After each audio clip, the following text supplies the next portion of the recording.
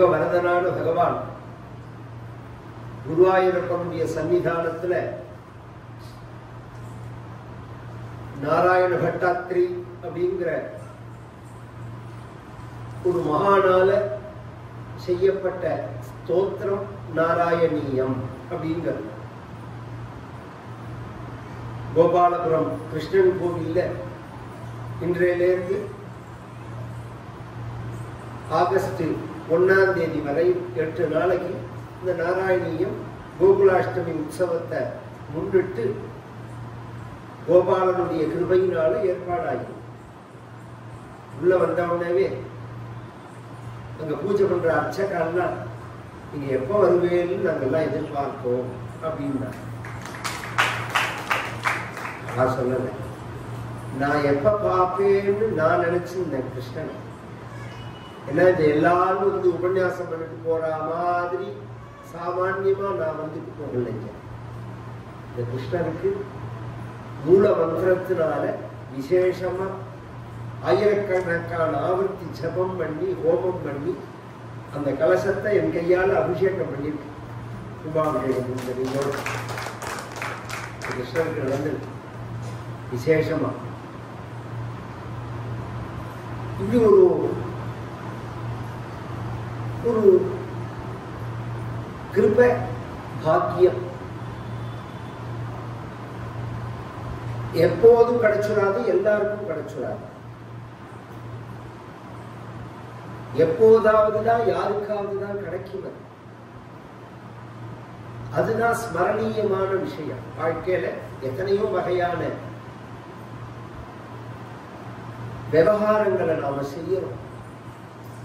பொழுது விடிஞ்சா ராத்திரி படுத்துக்கிற பரியந்தம் குணக்குண சர்வித சர்வனானாம் அப்படின்னு பிரகலாத சுவாமி சொல்லுவார். சாப்பிட்றது, தூங்குறது, எழுந்தோடனே பசிக்கிறது, சாப்பிட்றது, திருப்பி அது ஜெரிமானமாகறதுக்கு நடக்கிறது, திருப்பி பசி வந்தோடனே சாப்பிட்றது, தூங்குறது, இது சம்பந்தமான ஒரு சம்பாத்தியம். இதுக்கு தேவையானதை சம்பாதிக்கிறது. இதை தாண்டி நாம வேற என்ன சம்பாதிக்கிறோம்? ஏன் இதுல என்ன தப்பு இல்லை? இந்த உடம்புக்கானதான சம்பாத்தியம் தானே. இந்த உடம்பு என்னைக்கு இருந்தாலும் அனித்தியம். அனித்தியம்னா ஒரு நாளைக்கு இதை விட்டுட்டு தானே போவோம். அப்ப உள்ளத்துக்கு, ஆத்மாவுக்கு, மனசுக்கு சம்பாதிச்சுட்டாதான் அடுத்த ஜென்மாவுக்கு அதை கொண்டு போக முடியும். உடம்புக்காக மட்டும் சம்பாதிச்சுட்டோம்னா இந்த ஜென்மாவோட உடம்போட விட்டு போக முடியுதா? இப்படி ஒரு பொழப்பு மற்ற மிருகங்கள்லாம் பொழைக்கிறது. மற்ற மிருகங்கள் எல்லாமே உடம்புக்காக தானே வாழறது. அப்படி வாழ்ந்தோம்னா நமக்கு மிருகத்துக்கு வித்தியாசம் இல்லாம போயிடும். ஏதாவது ஒரு ஸ்மரணீயம், ஒரு நினைவு, ஒரு ஜபம், ஒரு உருக்கம், அதன் மூலமாக ஒரு அனுபவம், புலன்கள் இல்லாம மனசுல ஒரு சந்தோஷமான கண்ணால பார்த்தேன், காதால கேட்டேன், மூக்கால நுகர்ந்தேன் அப்படிங்கிறதெல்லாம் அதுக்கு பயிற்சி. இது எதுவும் இல்லாம ஒரு சமயத்துல நமக்கு கண்ணை மூடினாலே புலகாங்கிதமாகும். அந்த நிலையை அடையணும். அதற்கு ஆரம்ப நிலை இது மாதிரி ஒரு ஸ்மரணீயமான நினைக்கக்கூடியதான ஒரு காரியங்களை நாம் என்ன செஞ்சோம் அப்படிங்கிறது தான் நம் வாழ்க்கையில நாம் பதிய வேண்டிய விஷயங்கள். நாராயண பட்டத்ரி அப்படிங்கிற மகான் பெரிய வித்வான். எத்தனையோ பக்தர்கள் ஈஸ்வரா அனுகிரகத்தினால பாடுவார். 2 விதமா இருக்கும். அது படிப்பறிவு இருந்திருக்காது. இறைவனுடைய அருளால ஸ்தோத்திரங்கள், பாடல்கள் வாக்குல வரும். அருணகிரிநாதன் அப்படிதான். சிலர் காளிதாசன் அப்படிதான். சில பேர் எடுத்துட்டோம்னா நல்ல படிப்பறிவு இருக்கும், பக்தி இருக்காது. பகவான் அவர்கள் வாழ்க்கையில விளையாடுவார். ஆச்சாரியாலே சொல்றாங்க, நகி நகி ரக்ஷதி துக்லிஞ்ச் கரணே அப்படிங்கிறார். அந்திம காலம் அப்படின்னு ஒண்ணு வரும்போது துக்லிஞ்ச்னா அது ஒரு ரூட்டர் தாதுல ஒரு பெயர். அது சம்ஸ்கிருதத்துல கிராமர்னு வச்சுக்கோங்க. சம்ஸ்கிருத கிராமர் அது. அந்த ஞானமா உன்னை ரட்சிக்க போறது. பஜ கோவிந்தம் பஜ கோவிந்தம் பஜ கோவிந்தம் ஊதமதே அப்படிங்கிற ஆச்சாரியா. கோவிந்தரை பஜி. வெறும் படிப்பறிவு மட்டும் போறார். பொதுவா தகவல்களை தெரிஞ்சுக்கிறது வேற, அறியறது வேற. நாம வெறுமன தகவல்களை தெரிஞ்சுக்கிறதையே நாம அறிவுன்னு நினைக்கிறோம். நாம அதை விட நம்மளை விட நல்லா தெரிஞ்சது செல்வி கம்ப்யூட்டர் தானே. தெரிஞ்சுட்டா மட்டும் போதுமா? அதுல அறியணும், உள்ளுக்குள்ள அறியணும், அனுபவிக்கணும். சில பேர் பிரவச்சனம் பண்றது இந்த பக்தியினுடைய வேல்யூ புரியாம ஒரு சொட்டு கண்ணுல கண்ணீர் வரவழைக்கிறதோ உள்ள முழுகிறதோ விஷயம் இல்லை. நமக்கு விஷயத்தை பேசணும் அப்படிங்கிறார். இந்த விஷயத்தை பேசுறதே ஞானத்துக்காக. ஞானம் நமக்கு அனுபவத்தில் இருக்கணும். சாஸ்திர ஞானமா இருக்கக்கூடாது, சமயக் ஞானமா இருக்கணும். சக்கரை திரிக்குன்னு தெரிஞ்சா போதுமா? அந்த சர்க்கரையை வாயில போட்டு திருப்பி அனுபவிச்சாதான் சக்கரை திரிக்குன்னு தெரிஞ்சுக்கிறதுக்கே பிரயோஜனம் அப்படிங்கிறது. அதை அடையலேன்னு தான் வருத்தப்படுவான். மகான்கள்லாம் நிறைய படிச்ச மகான்கள்லாம் எனக்கு எப்ப அந்த அனுபவ நிலை அப்படிங்கிறது வரும் அப்படின்னு கெஞ்சரா, பகவான்கிட்ட கதறா. இந்த பட்டத்திற்கு அது ஒரு அனுகிரகத்தினால வந்தது. இவருடைய உடம்புக்கு வியாதி வந்தது. அந்த வியாதியை போக்கிக்கிறதுக்கு என்ன வழி அப்படிங்கிறது மந்திரம் மணி ஔஷதம் அப்படின்னு சாஸ்திரங்கள் சொல்லும். மந்திரத்தினாலையும் மணிகளாலையும் ஓஷதிகளாலையும் வியாதியை போக்கிக்கும் அப்படின்னா சார் மந்திரம் தான் ஃபர்ஸ்ட். அப்புறம் இந்த மாதிரி ஸ்டோன் வேவ்ஸ். மூணாவது மருந்து அப்படிங்கிறது. இப்ப கீழே இருந்து ஆரம்பிச்சிருக்கோம் நாம. இப்ப சில பேருக்கு தோணும், இப்பதானே அறிவியல்ல நிறைய கண்டுபிடிச்சிருக்காங்க, அவர்கள்லாம் இந்த மந்திரத்தெல்லாம் ஒத்துக்கிறார்களா அப்படின்னு. பொதுவாகவே நம்ம கிட்ட இல்லாததை இன்னொருத்தர் நமக்கு சொல்லி கொடுக்கிற மாதிரி நம்ம வாழ்க்கை முறையோ நம்ம சாஸ்திரங்களோ நம்ம தேசமோ கிடையாது. நம்ம கிட்ட இருக்கிறத எடுத்துட்டு அதையே நமக்கு வேற ரூபத்தில் அவர்கள் சொல்லி கொடுக்கறத நாம பெருமையா நினைக்கிறோம். பேர் தான் மாத்திக்கிறோம். நம்ம கிட்ட உள்ள நாலெட்ஜ் தான். அதை முதல்ல நம்ம கிட்டே எடுத்துட்டோ நம்மளை முட்டாளா பண்ணிட்டோ திருப்பி அந்த நாலெட்ஜையே அவன் வியாபாரத்துக்கு பண்ணுவான். அதுக்கு உதாரணம் பழைய வயசானவாளுக்கு தெரியும். முதல்ல இந்த நாமெல்லாம் எதுல பல்லு தேய்க்கணும்? பல்பொடியில இல்ல, சாம்பலும் கரியும் தான். எனக்கு தெரிஞ்சு நம்ம எங்க ஆத்துல எல்லாம் வாச பக்கம் வர வழியில பெறன்னு இருக்கும். நிலப்படிக்கிட்டு ஒரு பெற இருக்கும், அதுல விபூதி இருக்கும். கொல்ல பக்கம் போற இடத்துல சாம்பல் இருக்கும் பல்லு தேய்க்கிறதுக்கா. சகஜமா இதைத்தான் தேய்ச்ச ஞாபகமே. அப்புறம் இந்த பேஸ்ட் அறிமுகப்படுத்தும் போது அவன் என்ன சொன்னா, சாம்பலையும் கரியையும் உப்பையும் தேவையா, என்ன பைத்தியமா அப்படின்னு சொல்லி நம்மளெல்லாம் ஏமாத்தி அந்த வியாபாரத்தை கொண்டு வந்து இப்ப என்ன சொல்றான், இந்த பேஸ்ட்ல உப்பு இருக்குங்கிறான், இந்த பேஸ்ட்ல சாம்பல் இருக்குங்கிறான். அதனால நாங்க முதல்ல தேய்ச்சிருந்தோம். இது மாதிரிதான் எல்லாமே எல்லாமே. இதை நம்ம புரிஞ்சுட்டா போதும். மந்திரம்ங்கிறது ஃப்ராடு, ஏமாத்தலா அப்படின்னு சில பேர்லாம் பிரச்சாரம் பண்ற. மந்திரத்துல மாங்காய் காய்க்குமா அப்படின்னு. மந்திரம் உண்மைதான், அதை உபயோகிக்கிறவா தான் ஃப்ராடு. ஜோசியம் உண்மை, ஜோசியர் பொய்யர். ஜோசியம் உண்மைதான், ஜோசியம் சொல்றவன் தான் பொய் சொல்றான். ஜோதிடம் சாஸ்திரம். இவன் எதையோ தெரியாத தெரிஞ்ச மாதிரி சொல்றானே தவிர எழுதி குடிச்சா அதுதான், அதை தாண்டி ஒன்று நடத்திட முடியாது அப்படிங்கிறதுதான் விஷயம்.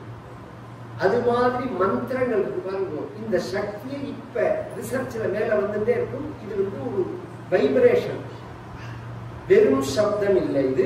இதுக்கு ஒரு சக்தி இருக்கு.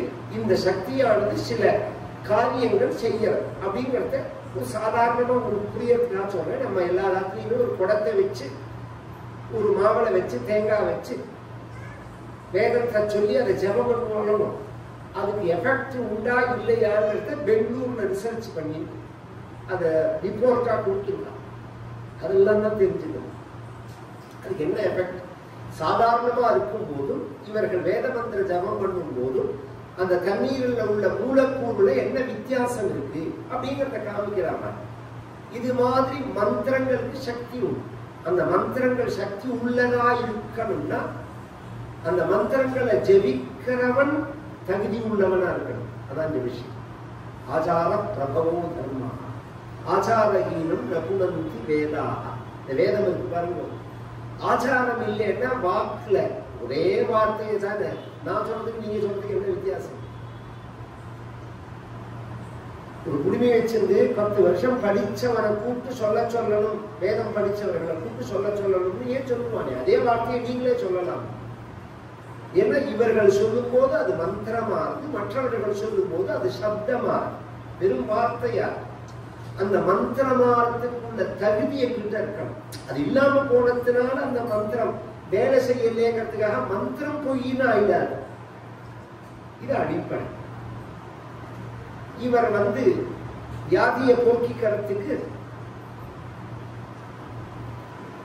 என்ன தீர்வு அப்படிங்கும் போது 48 நாள் கிருஷ்ணன் கோவில்ல கிருஷ்ணன் கோவில் நம்ம கிருஷ்ணன் கோவில் மாதிரி குருவாயூரப்பனுக்கு கிருஷ்ணன் கோவில் தான் பெயர். இப்பதான் குருவாயூரப்பன்கிற பெயர் பிரசித்தமா போயிருக்கு. யாரா இருந்தாலும் நாராயணா குருவாயூரப்பா என்ன சொன்னாலும் முடிக்கிறதே கிருஷ்ணா. நாராயணா கிருஷ்ணா, குருவாயூரப்பா கிருஷ்ணா, கிருஷ்ணர் தான்.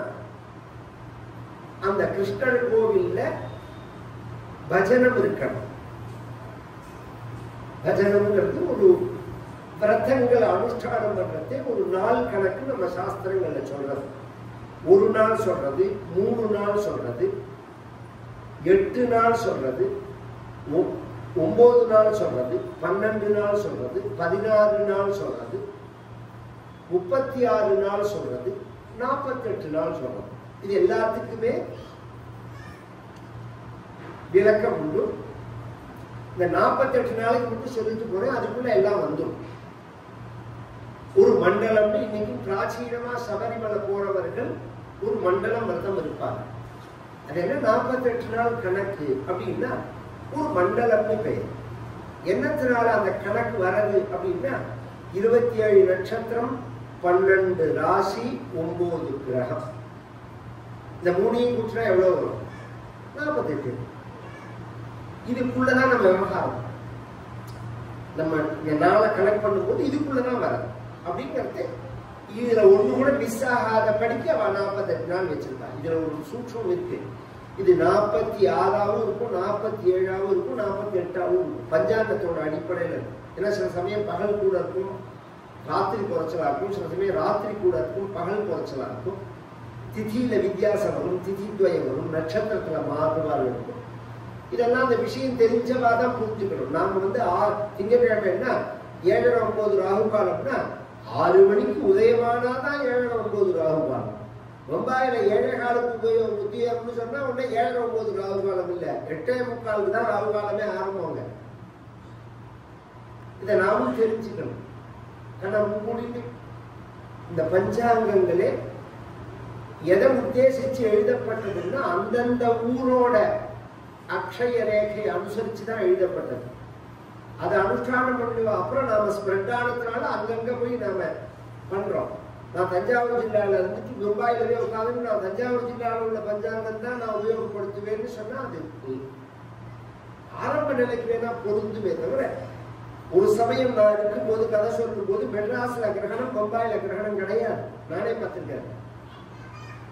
சாயங்காலம் சந்திர கிரகணம் பௌர்ணமி அன்னைக்கு ஆரம்பிக்கிறதே மெட்ராஸ்ல விடுறது. பம்பாய்க்கு வரதே கிரகணமே கிடையாது, சந்திரன் உதயமானது. பம்பாய்க்காராளுக்கு கிரகணம் உண்டா கிடையாதுன்னா கிடையாது, மெட்ராஸ்காராளுக்கு கிரகணம் உண்டான்னா உண்டு அப்படின்னு இருந்தது. இதெல்லாம் அந்த நாலெட்ஜை பழையபடி நாம் ரைஸ் பண்ணிக்கணும்.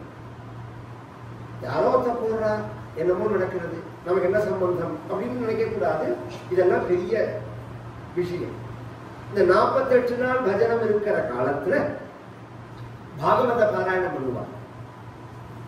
பெருமனை பொழுது போக்க கூடாது. எதை சம்பாதிச்சாலும் சம்பாதிக்கலாம், வாழ்க்கையில இழந்ததை காலத்தை இழந்துட்டா சம்பாதிக்க முடியாது. போச்சுன்னா போச்சுதான். அதனால வியர்த்தமா காலத்தை போக்க கூடாது. காலக்ஷேபம் ந கர்த்தவ்யா. பின்ன எப்படி பண்ணணும்? கதா காலக்ஷேபா கர்த்தவ்யா, விருதா காலக்ஷேபா ந கர்த்தவ்யா. வெட்டியா பொழுத ஒரு நிமிஷமும் போக கூடாது. பகவத் குணமோ பகவத் சம்பந்தமாவோ பொழுத போக்கலாம். ஆயுசு குறைஞ்சின்றே வர. இவர் பாகவத பாராயணம் பண்ணும் போது அந்த பாகவதத்துல பல விஷயங்கள் இருக்கு. முதல் விஷயம் பரம வேதாந்த கிரந்தம் அது. ஸ்ரீமத் பாகவதே பாரமஹம்ஸ்யாம் சம்ஹிதாயாம் பிரதமஸ்கந்தே அப்படின்னு பாராயணம் பண்ணும்போது நாம கவனிச்சோம்னா பாகவதே பிரதமஸ்கந்தே பிரதமோத்தியாயான்னு வராது. பாரமஹம்ஸ்யாம் சம்ஹிதாயாம் அப்படின்னு வரும். ராமாயணத்தை எடுத்துட்டோம்னா வித்யார்ஷே ஸ்ரீமத் ராமாயணே அப்படின்னு வரும். ஆர்ஷம்னா வேதம்னு அர்த்தம். ராமாயணம் வேதம், பாகவதம் உபனிஷத். கவனிச்சு கேட்கணும். வேதமே ரெண்டா இருக்கு, கர்மகாண்டமும் ஞான காண்டமாவும் இருக்கு. கர்மகாண்டங்களை சொல்றதாக ராமாயணம் அமையாது, ஞான விஷயங்களை சொல்றதாக இந்த ஒரு அடமொழி வேற எந்த புராணத்துக்கும் இதிகாசத்துக்கும் கிடையாது. பாராயணம் பண்றவாளுக்காக சொல்றேன். அப்படி பண்ணும் போது இவர் சாஸ்திரங்களை வாசிச்சிருக்கார். பொதுவா நிறைய பேர் நாராயணிய கிளாஸ் அட்டன் பண்றா, நாராயணிய பாராயணம் பண்றா. அதுக்கு ரொம்ப மகிமை உண்டு. அதுக்கு அர்த்தம் தெரியலன்னாலும் நாராயணிய சப்தங்களை நாம சொன்னாலே குருவாயூரப்பனுக்கு தெரியும் போரும். ஆனா ஒரு விசேஷம் என்னன்னா, பாகவதம் முழுமையாக தெரிஞ்ச பிறகு நாராயணியம் வாசிச்சா ஆனந்தமா. எவ்வளவு பெரிய புத்திசாலி நாராயண பட்டத்திலேன்னு தெரியும். ஒரு சப்ஜெக்ட் ஒரு விஷயத்தை கூட மிஸ் பண்ணிருக்க மாட்டாரு. முக்கியமான ரசமான விஷயங்களை வீண் பேச்சு பேசிக்க மாட்டார். இந்த பக்தியை தவிர பெரிய விஷயங்களையும் பேச மாட்டாரு. முழுக்க முழுக்க பக்தி ரசமா தான் கொண்டு போயிருக்கிறாரு. அது வேதாந்தங்களை பத்தி பேசினாலும் நிறைய தத்துவங்களை பத்தி பேசினாலும் இவர் பக்திக்கு முக்கியத்துவம் கொடுக்கிறார். ஏன் அப்படின்னா அதெல்லாம் படிச்சுட்டும் அதால போகாத வியாதி பக்தியினால போகிறதுனாலதான் இவர் முக்கியத்துவம் கொடுக்கிறார். நம்ம சாமர்த்தியத்துல இல்ல வாழ்க்கை. முதல்ல எல்லாரும் புரிஞ்சுக்கணும், நம்ம சாமர்த்தியத்துக்கு வாழ்க்கை கிடையாது. உழைப்புனால ஒருத்தன், அறிவுனால ஒருத்தன் அனைத்தையும் அடையலான்னா உலகத்துல உழைப்பாளிக்கு பஞ்சம் கிடையாது, அறிவாளிக்கு பஞ்சம் கிடையாது. அப்ப நீங்க உழைக்க வேண்டாம்னு சொல்றீங்களா, அறிவு வேண்டாம்னு சொல்றீங்களான்னா அப்படி சொல்லல. மகா அறிஞனான வள்ளுவர் சொல்லும் போது முயற்சி தன் மெய்வருத்த கூலி தரும்னு சொல்லி நிறுத்தல். அவர் தெய்வத்தாலாகாது எனினும் அப்படிங்கிறார். ஒரு வார்த்தையை ஆட் பண்றாங்க. நம்மளை முதல்ல ஒரு குட்டு குட்டி உட்காந்து வச்சுட்டோம், அப்புறம் முயற்சி தன்மை வரைத்த கூலி தருங்கிறார். நான் எல்லாத்தையும் பெறச்சுடுவேன்னு நினைக்காத, தெய்வத்தால் ஆகாது எனினும் முயற்சி பண்ண. முயற்சிக்கு தான் தெய்வம் பலதாதாவா இருக்கே தவிர சும்மா உட்கார்ந்தா சோறு போடாது. ஆனா உனக்கு கிருப பண்றது தெய்வம் தானே தவிர உன்னோடது. உனக்கு புரிகிற மாதிரி சொல்ல, ஒரு புண்ணிய உழுது விதைய போட்டு ஜலம் விட்டா விவசாயம் அது செடி முளைச்சு காய்ச்சி வளரும். இதுல நம் பங்கு என்ன, தெய்வத்தோட பங்கு என்ன? பூமியை உழுது விதைய போட்டோம், ஜலத்தை ஊத்திரும். இது மட்டும்தான் நம்ம வேலை. பூமியை நாம படைக்கல, விதைய நாம படைக்கல, ஜலத்தை நாம படைக்கல. விதைய முளைக்கிற மாதிரி நாம செய்யல, அது செடியாகிற மாதிரி நாம் செய்யல, அது காய்க்கிற மாதிரி நாம் செய்யல. எல்லாம் இயற்கையா நடக்கிறது. சத்து உள்ள இருந்து பகவான் நடத்துறான அப்படிங்கிறதே. அப்ப தெய்வம் தான். ஆனா நீ விதை எடுத்து போட்டு ஜலம் ஊத்தினாதான் செடி வரும் அப்படின்னு ஒரு வேலையை வச்சிருக்கான் பகவானோட. இந்த இந்த கனெக்டிவிட்டியை மட்டும் புரிஞ்சுட்டா போதும். இந்த அகம்பாவம் இல்லாம இருக்கணும், அதான் விஷயம். அகம்பாவம் இல்லாத நிலையை அவர் அப்பதான் அடையலாம் நாராயண கட்டத்தில். இதனால நிறைய பொதுவாவே நார்மலாவே படிப்பு கர்வத்தை கொடுக்கும். நல்ல விஷயத்தை படிச்சாலே கர்வத்தை கொடுக்கும். அதனாலதான் வித்யா ததாதி வினயம். வித்யா என்னத்தை கொடுக்கணும் நமக்குன்னா பணிவதான் கொடுக்கணுமே தவிர கர்வத்தை கொடுக்க கூடாது அப்படின்னு. சாஸ்திரங்களை படிச்சாலே பணிவதான் வேணும் அப்படின்னு நாம நினைக்கணும்னா குப்பை படிப்பை படிக்கிறது திமிர் தானாகும். அதுவும் எப்படி வரும்னா எல்லாரும் முட்டாள் பசங்கள், அறிவியல் விஞ்ஞானம் முன்னேற்றம், நாம தான் அறிவாளி. இதுல ஒரு ஆச்சரியம் என்னன்னா நிஜமாவே நீ அதை முழுசா தெரிஞ்சுன்னு அந்த வார்த்தையை சொன்னா கூட நான் சமாதானமா இருப்பேன். ஒரு செல்ல எடுத்து நாம உபயோகப்படுத்துறோம், பேசுறோம். அதை தாண்டி அது இப்படி இருக்குங்கிற சப்பட்டா மாதிரி மைசூர் பார் மாதிரி இருக்குங்கிறது தான் நமக்கு தெரியும். அதுல என்ன வேலை செய்யறது ஏதாவது தெரியுமா? அதை பத்தி நாலஞ்சு ஏதாவது நமக்கு உண்டா? அப்புறம் நான் கண்டுபிடிச்சேன். எவனோ ஒருத்தன் கண்டுபிடிச்சா 30 பேர் அதை 30,000 பேர் 30 கோடி பேர் உபயோகப்படுத்துறாங்கன்னா எல்லாருமே அறிவாளின்னு ஆயிட முடியுமா? அதை அனுபவிக்கிறான்னு அர்த்தம். நாம அப்ப சரின்னா என்ன, இது எப்படி வேலை செய்யறது, இதுக்கு என்ன இது அப்படிங்கிறத கொஞ்சமாவது தெரிஞ்சுட்டா ஒன்னு அறிவாளின்னு சொல்லலாம். அதை பத்தி ஒன்றும் தெரியாது உனக்கு. அப்புறம் நீ ஆகட்டுக்கு சரி எப்படி நினைக்கலாம் நீ. அது மாதிரி நம்ம வாழ்க்கையில லௌகீகமான படிப்புகள் நமக்கு திமிர கொடுக்கும். படிப்பே திமிர கொடுக்கும். அது எப்ப போறதோ அப்பதான் நமக்கு பக்தி வரும். இவருக்கு பக்தி வரது. அந்த பக்தியோட இந்த நாராயணியத்தை எழுதினார்கள். இது ஒரு 500 சொச்சம் வருஷம் முன்னாடி, 550 வருஷம், 510 515 வருஷம் முன்னாடி இவர் செஞ்ச காரியம் இது. 1100 சொச்சம் ஸ்லோகம், 100 தசகம். தசகம் அப்படின்னா 10 பாடல்கள் கொண்டதுக்கு தசகம்னு சமஸ்கிருதத்துல பேரு. அதத்தான் தமிழ்ல அவர்கள் பதிகம்னு சொல்றது. பதிகம்னு சொல்றோம். பதிகம்னா 10 பாடல் எல்லாம் உன்னோட ஒண்ணு பிணைஞ்சா மாதிரி இருக்கு. இதை நீங்க பிரிச்சு பேசுறதே முட்டாள்தனம் போடுங்க. எல்லாம் இந்த தமிழும் சம்ஸ்கிருதமும் பிணைஞ்சா மாதிரி உள்ள விஷயம். இதுல எது உயர்வு எது மட்டம்னு சொல்ல முடியாது. ஆனா ஒன்ன எடுத்துட்டு ஒன்ன நீங்க அனுபவிக்கணும்னு நினைச்சாலும் அல்லது உயர்வுன்னு பேசினாலும் பொருந்தாதது. அதை அனுபவிக்க முடியாது. 10 பாடல்கள் கொண்ட தசகத்துல ஒரு இடத்துல 11 பாடல் இருக்கும், 12 பாடல் இருக்கும். அதனால 1100 சொச்சம் பாடல்களாக இந்த நாராயணியம் அமையாது. இது ஒரு ஸ்தோத்திரம். இது சம்ஸ்கிருதத்துல ஒரு ஸ்தோத்திரம். ஸ்தோத்திரத்துக்கும் மந்திரத்துக்கும் வித்தியாசம் உண்டு. மந்திரமும் ஸ்தோத்திரமும் தான் நமக்கு பலனை கொடுக்கும். பொதுவா நமக்கு க்ஷேமத்தை கொடுக்கிறது எதுன்னா மந்திரமும் ஸ்தோத்திரமும் தான். விஷ்ணு சஹஸ்ரநாமத்துல பகவானை பத்தி சொல்லும் போது ஸ்தவ்யன், ஸ்தவப்பிரியன் அப்படின்னு சொல்றோம். ஸ்தவ்யன் அப்படின்னா ஸ்தோத்திரம் பண்ண தக்கவன், தகுதி உள்ளவன்.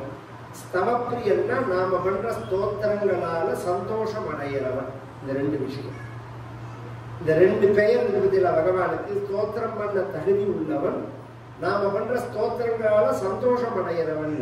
இங்க பின்னாடி சொன்ன பாருங்க, இது எல்லாருக்கும் பொருந்தும். ஸ்தோத்திரம் பண்ணினா சந்தோஷம் அடைவா எல்லாரும். உலகத்துல எல்லாருக்கும் பிடிக்கும். குழந்தைக்கு கூட நீ ரொம்ப சமத்து, நீ ரொம்ப நல்லவன் அப்படின்னா எவ்வளவு சந்தோஷப்படுறது. ஏன்னா இது இயற்கை. ஆனா நாம ஸ்தோத்திரம் பண்றதுக்கு தகுதி இருக்கான்னு பார்த்தா சொல்ல முடியாது. ஒரு கால் தகுதி இருந்தா கூட அது நிரந்தரமா இருக்காது. இன்னைக்கு நல்லவன்கிறவனும் நாளைக்கு நல்லவனா இருப்பானான்னு சொல்ல முடியாது. அப்படிங்கிறத எந்த காலத்திலையும் ஸ்தோத்திரம் பண்ண தக்கவன் பகவான் தான். இந்த வாக்கு பகவான் கொடுத்திருக்கிறதே பகவானை பத்தி நாம பேசணுங்கிறதுக்காக தான். வெறும் எண்ண பரிமாற்றத்துக்கு இப்படி ஒரு அழகான சொற்றொடர்களை கொண்டதான மொழி அமைப்பு தேவையே இல்லை. ஒரு நாய் குலைச்சா இன்னொரு நாய்க்கு புரியாம இருக்க. ஒரு நாய் குலைச்சதுன்னா அது எதுக்கு குலைக்கிறது இன்னொரு நாய்க்கு தெரியும். இன்னொரு நாய்க்கு தெரியறது விஷயம் இல்ல, நாய் வளர்க்கறவனுக்கே தெரியுது. அதோட 10 நாள் பழகினாலே அவனுக்கு புரியாது. அது மாதிரி உலகத்துல எல்லா உயிரினங்களுக்குள்ளேயும் எண்ண பரிமாற்றம் இருக்கு. எண்ண பரிமாற்றத்துக்கு தான் மொழி அப்படின்னு சொல்லிட்டா இப்படி ஒரு இலக்கணங்களோட ஒரு மொழியை அமைப்பானே. அப்ப இதோட பிரயோஜனம் என்ன அப்படின்னா, இத்தனை மகிமை உள்ள பகவானை பத்தி நாம பேசணும். நாயால குலைக்க முடியும், எண்ணத்தை வெளிப்படுத்த முடியும். ராமான்னு சொல்ல முடியுமா? கிருஷ்ணான்னு சொல்ல முடியுமா? சிவான்னு சொல்ல முடியுமா? அந்த வார்த்தை வர, அந்த வார்த்தையில என்ன விசேஷம் இருக்கு அப்படின்னா, அந்த சப்தமே அந்த தெய்வத்தோட வடிவமா இருக்கு. ரொம்ப டீப்பா கேட்க வேண்டிய விஷயம் இது. சொல்லுலேந்து பொருள் வந்துதா, பொருள்லேந்து சொல்லு வந்துதா?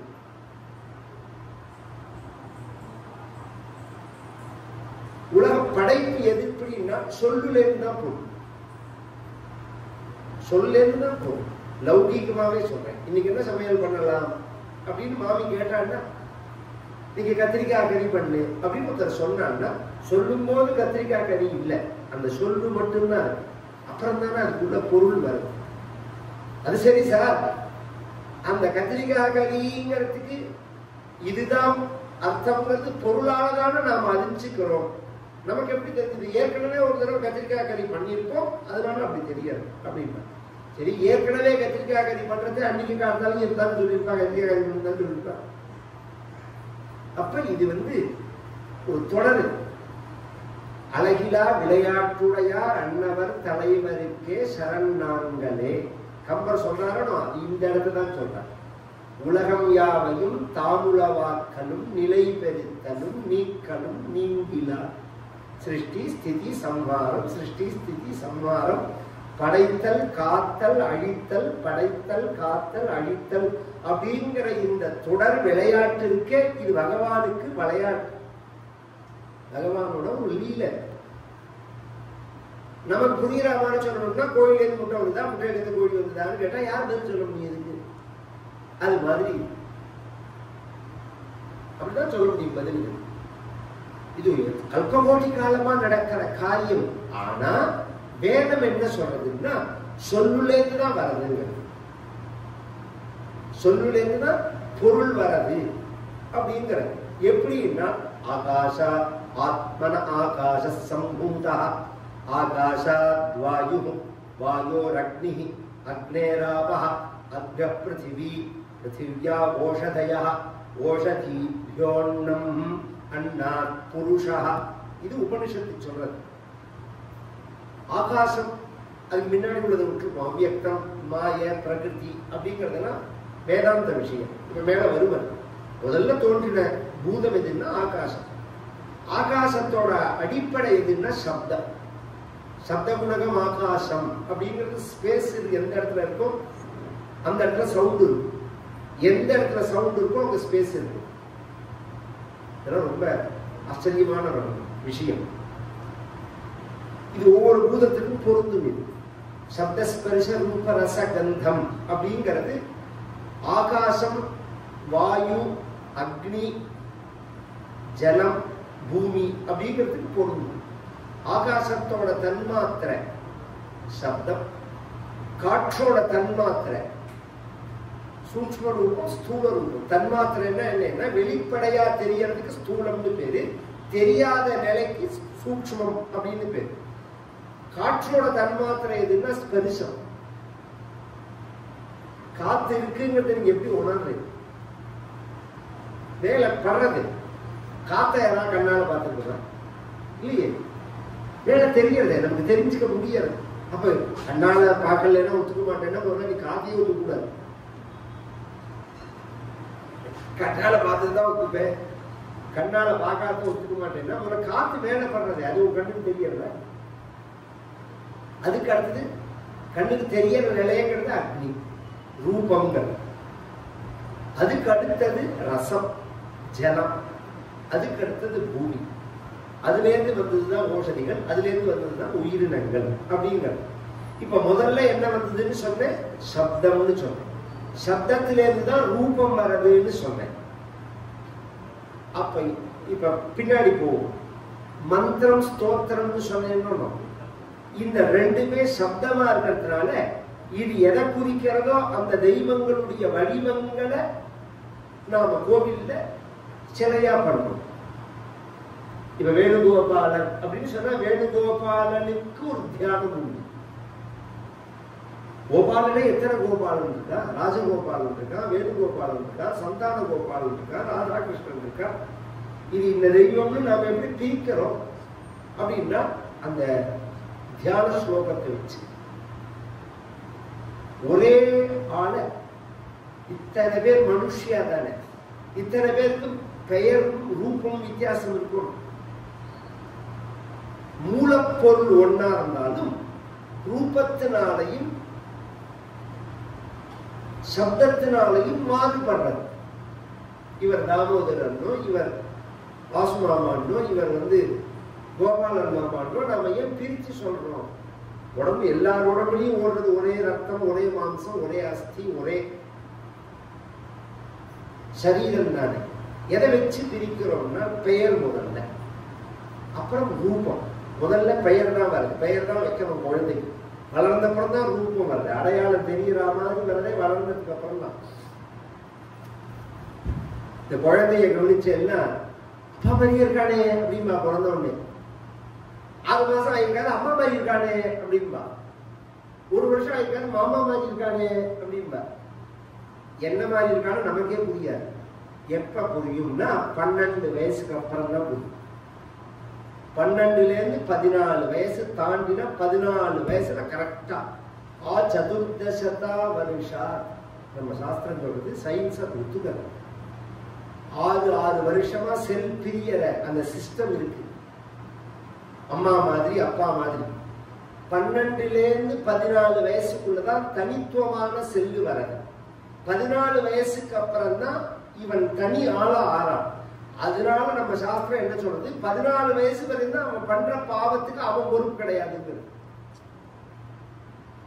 இது ஆணி மாண்டவிய சரித்திரத்துல மகாபாரதத்துல உள்ள விஷயம். அவர் சின்ன வயசுல ஒரு பண்ண தப்புக்கு யமதர்மராஜா ஒரு தண்டனை கொடுக்குறான். எத்தனை வயசுல பண்ணேன்னா 7 வயசுனா 7 வயசுல நான் பண்ணதுக்கு நான் எப்படி பொறுப்பா வேண்டாம்? இது தப்பு, இது ரைட்டுங்கிறது எனக்கு தெரியாது. எங்க அப்பா அம்மா சொல்லி கொடுக்கணும். எனக்கு நாமெல்லாம் தெரிஞ்சுக்கணும். அப்ப முழுக்க பேசாம தின்னுட்டு டிவி பார்த்துட்டு அவன் அழிச்சுட்டு போய் ஸ்கூல்ல சினிமா கழிச்சு போய் ஹோட்டல் கழிச்சு போய் சொல்லிக் கொடுக்க வேண்டியதை ஒன்னையும் சொல்லிக் கொடுக்காதபடிக்கு 30 வயசுல ஒன்றும் அழ வேண்டியது. புள்ள ஒண்ணுமே இல்லாம இருக்கான், ஒண்ணுமே தெரியல, அவனுக்கு ஒண்ணுமே புரியல. நீ என்ன கழிச்சேங்கிறது தான் கேள்வியே. அவனுக்கு தெரியறதுக்கு என்ன பண்ணினோம்? உங்க அப்பா அம்மா எல்லாம் அழிச்சு வந்ததுனால இத்தனை பேர் உட்கார்ந்து அடுத்த ஜெனரேஷன் ஏன் வரல? அதுதான் இந்த கேள்வி. ஏன் வரல அடுத்த ஜெனரேஷன்? நீங்க அழிச்சு வரல. தாத்தா பாட்டி அழிச்சு போனா அதுக்கு விடுறது கிடையாது. ஒரு காலத்துல தாத்தா பாட்டி குழந்தையில பேர குழந்தையில 8-10 வயசு வரைக்கும் காப்பாத்துவான், குழந்தையில வளர்ப்பான். அதுக்கு வழி கிடையாது. அதெல்லாம் விரட்டி அடிச்சாச்சு எல்லாத்தையும். இப்ப என்னன்னா கூண்டுல வச்சு இந்த தீனி போட்டு கோழி ஆடெல்லாம் வளர்க்கறாங்க மாம்சத்துக்கு வெட்டுறதுக்கு. அது மாதிரி குழந்தையில ஆத்துக்குள்ள வச்சு பூட்டிட்டு ஸ்கூலுக்கு போ, டியூஷனுக்கு போ, அதுக்கு போ, இதுக்கு போ, தின்னு, டிவி பாரு, இதோட முடிஞ்சு போயிடுது. அவனுக்கு ஒண்ணும் தெரியாது, ஒண்ணுமே தெரியாது. அவனுக்கு ஒரு மாம்ச ஆடு மாதிரி தான். அதனாலதான் அப்படியே இருக்கான். குழந்தை மனுஷர்களை மனிதர்களா வளர்க்க வேண்டாமா? இனிமையாவது அந்த தப்பை பண்ணக்கூடாது. நாலட்சியங்கிறது நீங்க நினைக்கிற மாதிரி ஸ்கூலுக்கு போனாதான் அறிவு வளரும் அப்படிங்கிறது விஷயம் கிடையாது. எல்லாமே அறிவு. நம்ம பார்க்கறது, பேசுறது, பழகிறது எல்லாமே அறிவு. அது இல்லாம நீங்க என்ன டிகிரி வாங்கினாலும் 0 தான். உலகத்துல எத்தனை படிச்சாலும் பழகிறது தெரியலன்னா அவனால வாழ்க்கையில வெற்றி அடைய முடியாது. இந்த குழந்தைகளை நம்ம பழகவே விடுறதில்லை. இது மாதிரி சிலதெல்லாம் நமக்கு புரியாது. இதை எப்படி இந்த சூழ்நிலையை சமாளிக்கிறது அப்படிங்கிறது. அதெல்லாம் தான் அந்த கதைகள்ல வருது அப்பப்ப சம்பவமா. அதையும் கேட்கப்படுறது கிடையாது. நாம சொல்லி கொடுக்கிற படிப்பு நாம தயார் பண்ணது இல்லை, எவனோ தயார் பண்ணது. இப்ப யாருக்காவது தெரியுமா சமீபத்துல ஒரு பெரிய ப்ராப்ளம் ஒண்ணு வந்திருக்குங்கிறது யாருக்காவது தெரியுமா? ஒரு 10-12 வருஷமாவே நமக்கு தெரியாம உள்ள நுழைஞ்சிருக்காரு. இயற்கையில ஆணும் பெண்ணும் தான் சேர்ந்து வாழணுங்கிறத மாத்தி ஆணும் ஆணும் வாழலாம், பெண்ணும் பெண்ணும் வாழலாம் அப்படின்னு ஒரு சிலபஸ். இது 5-6 விஷயம் சேர்ந்து ஸ்கூல்ல இருந்து ஆரம்பிச்சு, படத்திலேருந்து ஆரம்பிச்சு, பாடத்திலேருந்து ஆரம்பிச்சு, கார்ட்டூன்ல இருந்து ஆரம்பிச்சு குழந்தைகளுக்கு திணிக்கப்படுறது. இதுக்கு ஃபண்ட் பண்றது இந்த பெரிய குரூப் ஒன்று. நாமே தெரிஞ்சுக்க வேண்டாம், அத நாம எப்படி இருக்கணும் அப்படிங்கறத நாம தெரிஞ்சுக்க வேண்டாம். குழந்தைகளுக்கு ஒரு காலத்துல இப்ப கூட யாரும் விட வேண்டாம். நம்ம படிக்கும் போது ஆண்டாள் பாசுரம் உண்டு, நாயன்மார்கள் தேவாரம் உண்டு, ஆழ்வார்களோட பாசுரம் உண்டு. இப்ப பாடத்துல கூட அது கிடையாது. ஆமா, பாடத்துல கூட கிடையாது. அப்படிங்கறத நாம தான் சொல்லிக் கொடுக்கணும். அந்த குழந்தைகளுக்கு நாம தான் சொல்லிக் கொடுக்கணும். எது இல்லையோ நாம தான் சொல்லிக் கொடுக்குற மாதிரி சூழ்நிலை இருக்கு. இன்னும் சொல்ல போனா, என்ன கேட்டா உங்களுக்கு முடியும்னா ஹோம் ஸ்கூல் தான் பெஸ்ட். ரொம்ப பேருக்கு அது தெரியாது. இத லௌகிக படிப்பு இருக்கட்டும், வைதிக படிப்புல கொண்டு வந்தார் பரமாச்சாரியா. வேதாத்தியனம் இருக்குதுல, அதுல பாடசாலையில போய் படிக்கிறதுங்கிறது ஸ்கூல் படிப்பு. அதுவே சரியில்லை அப்படின்னு சொல்லிட்டு நியமாத்தியனம்னு ஒரு ஸ்கீம் கொண்டு வந்தார் ஆச்சாரியா. அவ அப்பாவுக்கு தெரியும்னா அவையும் பாடசாலைக்கு போகணும். அவ அப்பாவுக்கு வேதம் தெரியும்னு தெரிஞ்சோம்னா, வேதம் தெரியாத அப்பாக்குள்ள யாருன்னா அவன் பாடசாலையில வேதத்தை படிக்கணும். வேதம் தெரிஞ்ச அப்பாவா இருந்தா அவையும் போகணும். அப்ப அவ அப்பாவே சொல்லி கொடுக்கறதுக்கு நியமாத்தியனம்னு பேரு. நாங்கெல்லாம் அதுல படிச்ச பாலபெரிவா உட்பட இன்னைக்கும் குழந்தைகள் படிக்கிறோம். ஒரு 100 சொச்சம் பேர் தான் மொத்தமே 30 வருஷத்துல படிச்சிருக்காங்க. எங்க ஆத்துல உள்ள எல்லாருமே அதுல படிச்ச வரோம். பாடசாலைக்கு போனவே கிடையாது. ஏன் அப்படின்னா அந்த கல்ச்சர் மாறி போயிடும், பிஹேவிங் மாறி போயிடும். ஸ்கூல்ல படிக்கிறதுக்கும் வீட்டுல படிக்கிறதுக்கும் சில வித்தியாசங்கள் இருந்தாலும் ஒழுக்கம் இருக்கு. ஒழுக்கம் உயிரினும் ஓம்பப்படும் அப்படிங்கிறார் வள்ளுவர். என்ன படிச்சாலும் ஒழுக்கம் இல்லாத படிப்பு வேஸ்ட். தகுதி இல்லாதவனுக்கு எத்தனை அறிவு இருந்து என்ன பிரயோஜனம்? அயோக்கியன் கையில மாட்டின கத்தி மாதிரி தானே. நல்லவன் கையில இருந்தா நல்ல சமையல் பண்ணி கரிகாலாம் நறுக்கி சமையல் பண்ணி போடுவான். அயோக்கியன் கையில இருந்தா 10 பேரை குத்தி கொள்ளுவான். ஒரே கத்தி தான். அது யார் கையில மாட்டிக்கிறதுங்கிறத பொறுத்துதானே அதோட வேலையே இருக்கு. அது மாதிரி இந்த அறிவு அப்படிங்கிறது பல வகைகள்ல மனித சமூகத்துக்கு தேவைப்படுறது. அந்த சப்தத்திலேருந்து ரூபம் வந்துருக்கு. நான் சொல்ல வர விஷயம் அதுதான். மந்திரம், ஸ்தோத்திரம். இந்த மந்திரத்துக்கும் ஸ்தோத்திரத்துக்கும் என்ன வித்தியாசம்னா, மந்திரங்களுக்கு பீஜாட்சரம்னு பேரு, ஸ்தோத்திரங்கள் வெறும் பெயர்களா. இந்த பெயர்களா உள்ளத்தை யார் வேணாலும் படிக்கலாம், சொல்லலாம். பீஜாட்சரமா உள்ளத்தை ஒருத்தர் மூலமாக உபதேசம் வாங்கிக்கணும். குருமுகமா உபதேசம் வாங்கிட்டு சொல்லலாம், யார் வேணாலும் சொல்லலாம். ஒருத்தர் உபதேசம் பண்ணாம நீங்க சொன்னா அது மந்திரமா ஆகாது, பெரு சப்தமா தான் இருக்கும். அது இது ரொம்ப பெரிய விஷயம். உங்களுக்கு புரியறதுக்கு மட்டும் ஒன்று சொல்லிட்டு போறேன். நாயன்மார்களோ ஆழ்வார்களோ பாடின பாசுரங்கள், தேவாரங்கள், ஸ்தோத்திரங்கள் தானே தவிர மந்திரங்கள் கிடையாது. இவர் திருமந்திரம் அப்படின்னு பெயர் சொன்னாலும் அது மந்திரம் கிடையாது, அது வெறும் ஸ்தோத்திரம் தான். அப்ப என்ன ஆகும் அப்படின்னா, ஒரு பிரதிஷ்டையை பண்றதுக்கு மந்திரம் தான் தேவை, அந்த பீஜாட்சரங்கள் தேவை. அதுக்கப்புறம் அந்த சக்தியை விருத்தி பண்றதுக்கு ஸ்தோத்திரங்கள் தேவை. அந்த உயிரை கொண்டு வரணும். உயிர் வரது அப்புறம் வளர்க்கிறது, ரெண்டு வகை இருக்கு. அந்த உயிரை கொண்டு வரத்துக்கு பீஜாட்சரங்கள் தான் தேவை. அதனால பீஜாட்சரங்கள் இல்லாம உயிர் வராதுங்க. அந்த பீஜாட்சரங்கள் எதுல இருக்குன்னா வேதங்கள்ல தான் இருக்கு. அப்படிங்கிறது அதுக்கு சில நியமங்கள் இருக்கு. இப்பதான் சொன்னேன், அந்த முறையோட கற்கல்னா அது மந்திரமாகாது. அப்ப அது ஒரு பக்கம் வச்சுக்கணும். ஸ்தோத்திரங்களுக்கு பாருங்க, யார் வேணாலும் சொல்லலாம். அந்த ஸ்தோத்திரங்களுக்கு பலன் உண்டு, அது ஒன்றும் சந்தேகமே கிடையாது. நமக்கு ஒரு கஷ்டம் இருக்கு, அந்த கஷ்டம் போகணும்னா ஸ்தோத்திரம் சொன்னா போகும். கோபாலன்கிட்ட வந்து நாம ஸ்தோத்திரம் சொன்னோம்னா போகும், பிரார்த்திச்சுன்னா போகும், அது ஒன்றும் மாற்று கருத்தே கிடையாது. அந்த ஸ்தோத்திர வகையை சேர்ந்ததுதான் இந்த நாராயணீயம்ங்கிறது. இந்த ஸ்தோத்திரத்தை சொன்னா கஷ்டங்கள் போகும்ங்கிறது நாராயண பட்டத்திற்கு ஏற்பட்ட அனுபவம். அதற்கு அப்புறம் குருவாயூர்லயோ அல்லது கேரளாவிலையோ யாராவது இந்த ஸ்தோத்திரத்தை சொன்னா கஷ்டம் போகும்னு சொல்லி பிரச்சாரம் பண்ணினார்களான்னா கிடையாது.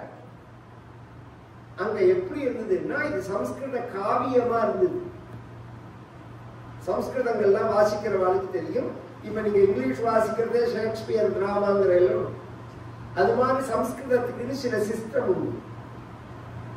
முதல்ல வந்து காவியம் இருக்கணும், அப்புறம் நாடகம் இருக்கணும். காவியங்கள் அப்படின்னு வர்த்தே ராமோதந்தம்னு தான் ஆரம்பிப்பான் முதல்ல. அதுக்கப்புறம் ரகுவம்சம், அதுக்கப்புறம் குமார சம்பவம், இதெல்லாம் வாசிக்கணும். நாடகங்கள் அப்படிங்கும் போது சாகுந்தலம், மாளவிகாக்னிமித்திரம் இத்தியாதி நிறைய விஷயங்கள். இந்த நாடகம் பரியந்தம் வாசிச்சாதான் சம்ஸ்கிருதத்தை அடிப்படையா நாம நல்லா புரிஞ்சுக்க முடியும்.